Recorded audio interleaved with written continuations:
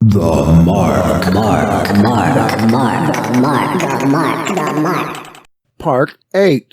The subject in all the above quotations concerns the violation of esoteric truth. Like everything else, it can be misunderstood. It can fall not only on the wrong people, quote, who will violate it and so make it more useless, unquote, but it can fall on the wrong place in a man himself, for a man is not one person, but many people. He has many different sides to himself. In consequence, he may get hold of a thing wrongly, not having the necessary quality of understanding, and turn the whole thing into ridicule. Then his state is worse than the first state. If esoteric knowledge were on the same scale as ordinary knowledge that we could acquire from any school or university, the botching of it would produce its own obvious results. We say simply that the man has failed, and that he doesn't understand a subject. He's no good at it. But in the case of esoteric knowledge and the psychological development that can take place from it, if it falls on good ground, the understanding is quite different. Because if it's botched, a person's possibilities of a real development of understanding are permanently ruined. If we take the story of Lot and Saddam as applying to the individual himself and the various sides of him, and if we can even vaguely comprehend the opening and shutting of doors as applying to a person's inner and outer understanding, we can realize it's about a man separating himself from these factors in himself that are useless, or useless for his inner evolution. All those elements in a man that wish to deny the existence of a definite psychological evolution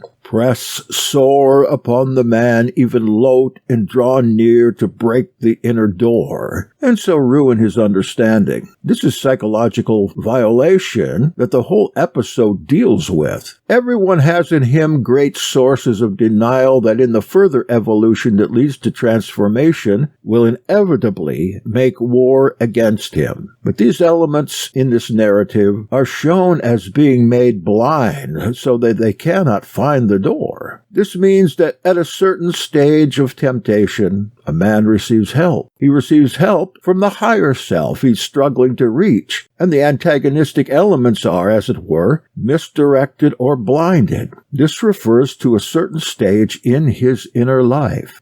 At first, the door is almost broken down, but once he's accepted the two men, once they are inside him, he is helped. Because in the narrative it says that the men put forth their hand and brought Lot into the house to them and shut the door. Genesis 19:10. Another example of what might be called typical recurring ideas in esoteric psychology is the use of the word street. The men that Lot has to struggle against are in the street. They demand that the two visitors should come out into the street, that we may know them. This latter expression contains, in the Hebrew, a sexual meaning. Expressions such as, he knows him, refer on the literal level to sexual intercourse. But all unions of any kind can be expressed in such terms. In the language of images, in the language of esoteric allegory and parables, literal images are used to convey psychological meanings. The point made is that the men in the street must not have any kind of union with the two visitors who are inside Lot's house. The idea of man as a house containing many rooms is a very ancient image. The inner constitution of a man is compared to a house with rooms on different levels. The men in the street in this narrative represent external sides of Lot. They represent those elements in him that have external understanding based on their external world as given through the senses. The knowledge of esoteric psychology can't be sown on this side of a man because the outer side contradicts the development of the inner side of man. A man must realize that there is something else apart from what he beholds in the world. If he takes everything as he sees it happening, he'll be extremely external and have no inner reflection.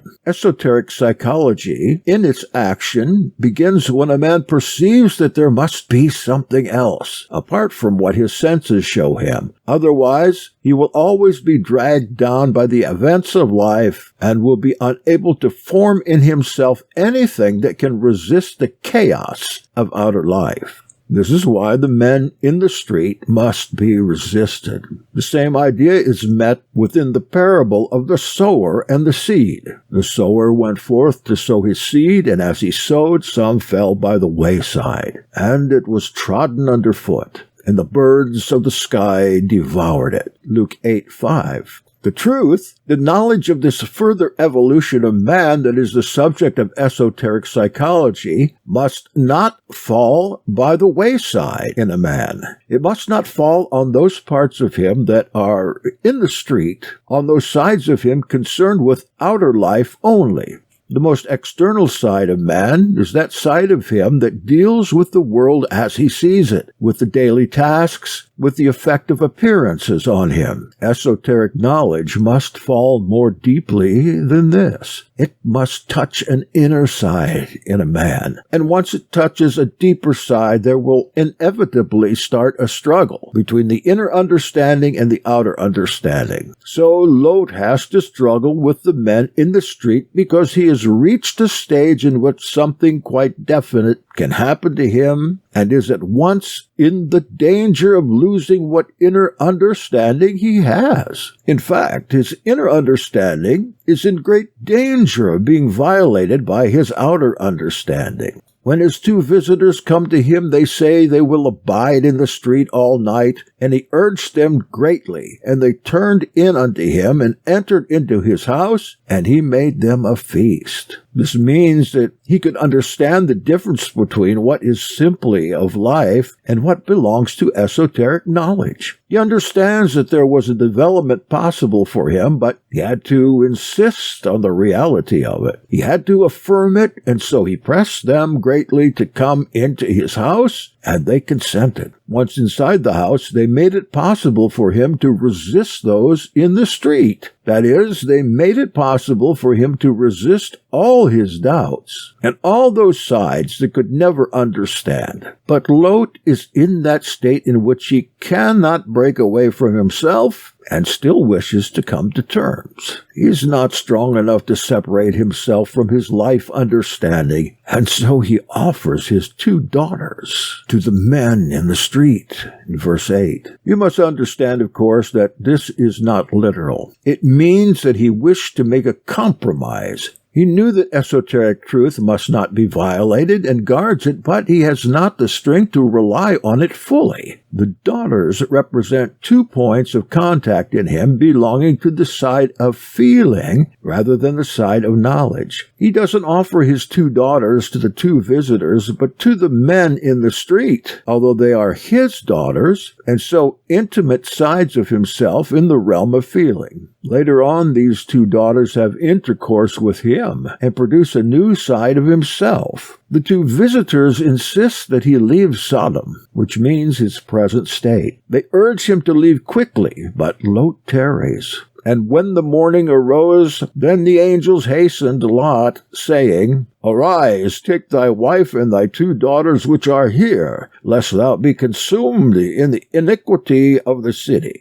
But he lingered, and the men laid hold upon his hand, and upon the hand of his wife, and upon the hand of his 2 daughters, the sovereign being merciful unto him, and they brought him forth, and set him without the city. Verses 15 through 16. The city is then destroyed. All those elements that are useless in regard to this possible transformation of a man are destroyed. There's only a further reference to the men in the street being blinded and unable to find the door. But the psychological story depicts a man who can't face fully all those inner changes that are necessary for transformation. It's a story about a man who has reached a certain level and is drawn up from one side and kept down from another side. He still wishes to compromise with the men in the street, and that side of him represented by his wife, which means some intimate affection, still wishes to go back. The angels tell him he must escape to the mountain, that is, to a higher level of understanding himself. But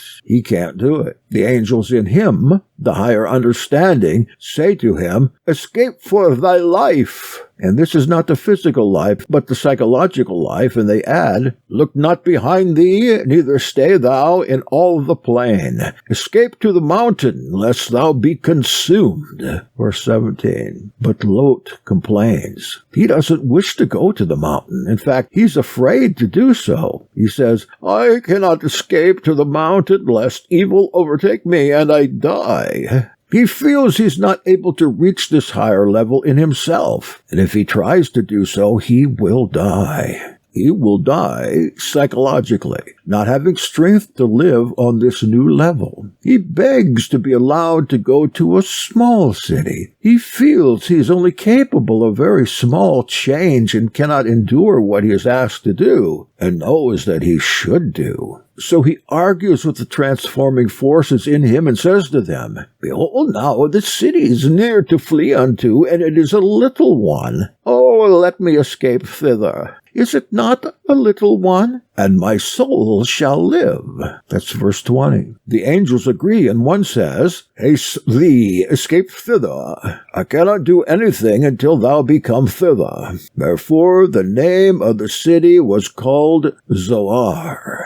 Zoar means small. No one can escape from himself unless he has somewhere to go to. A man can't change himself unless he has already something new to go to. Before the old can be destroyed, something new must present itself. Lot, both understanding and reluctant, could not go to the mountain, but had enough formed in him of what was new to take refuge in. This is Zoar. And his reluctance is shown by his wife's turning back to the former state. He's been told not to look behind him or to stay in the plain. The narrative says that the sun was risen upon the earth when Lot came to Zoar. Verse 23. This is the language of the new state. Lot reached a new state, a little one, called Zoar. His earth was illuminated by this new state. The sun was risen upon the earth when Lot came unto Zoar. Then the sovereign rained upon Sodom and Gomorrah brimstone and fire. And he overthrew those cities, and all the plain, and all the inhabitants of the city, and that which grew upon the ground. Verses 24 and 25. The old state was completely destroyed. All that grew upon the ground, upon the plain, was destroyed. All that side of Lot was destroyed. But his wife looked back from behind him, and she became a pillar of salt. Verse 26. Salt has different meanings in the esoteric language of parables, but here it means something quite sterile, quite dead. All Lot has left to him were the two daughters. We are then told that Lot feared to dwell in Zoar, but dwelt in a mountain in a cave with his two daughters, and that through them he propagated when he had been made drunk with wine. All this narrative depicts the terrific struggle in a man, and in a sense how he failed, and how all that he gave rise to eventually was wrong. But the essence of this struggle is depicted in the scene in Sodom between the men in the street and the angels inside the house. What we have to understand is that it is a real description of the different stages in esoteric psychology. It deals with the inner states of a man who is beginning to undergo individual evolution. It deals with psychological rebirth. It is not historical any more than anything in the Gospels is historical. It is not literal, but psychological, and it was written by people who knew about esoteric psychology. To take it literally is to abuse its meaning completely, and taken in this way, it will only disgust the reader. This is the end of Part 8. The Mark.